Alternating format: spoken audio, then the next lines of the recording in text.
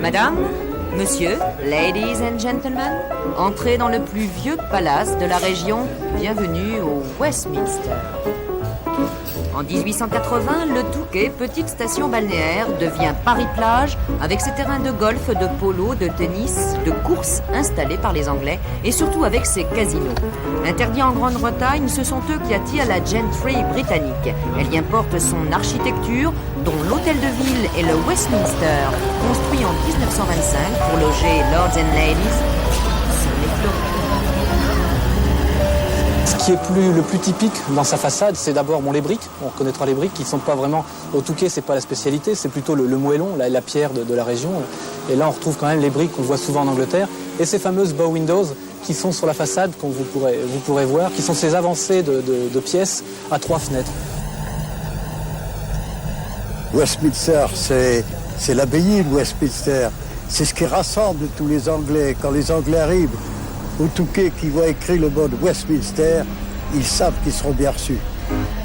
Propriété de la Société des grands établissements, le seul palace 4 étoiles luxe de la région est vendu à un hôtelier originaire de Douai en 1974. Dans les salons et les 225 chambres, un mobilier, des boiseries et des objets 1925, l'époque des années folles et du luxe british.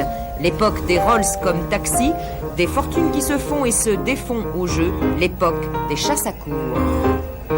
La drague, c'était un simulacre de chasse à courre en forêt.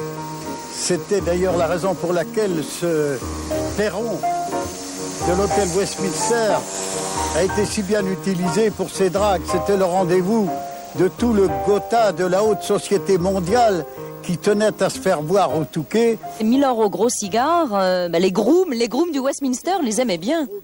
Un groom achetait une boîte d'allumettes le matin, elle lui rapportait un argent fou parce que chaque fois qu'il pouvait allumer le cigare d'un gros milord, il touchait un pourboire mirobolant.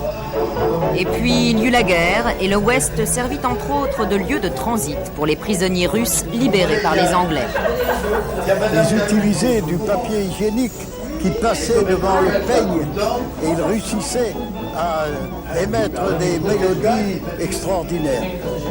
Seul hôtel du Touquet reconstruit après la guerre, le West a dû attendre les années 80 pour retrouver une clientèle anglaise, car entre-temps, outre-Manche, les casinos se sont ouverts.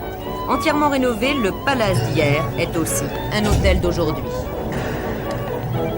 On a voulu faire donc un palace un peu plus complet avec des activités telles qu'une piscine, telles qu'un cours de squash. On a aussi réalisé un petit sauna, un jacuzzi, c'est-à-dire que les clients peuvent se détendre, ils n'ont plus que la chambre, ils ont autre chose. Ce sont les casinos du Touquet qui ont attiré les Anglais il y a 100 ans et demain le Westminster retrouvera peut-être l'heure de Big Ben grâce au tunnel sous la Manche.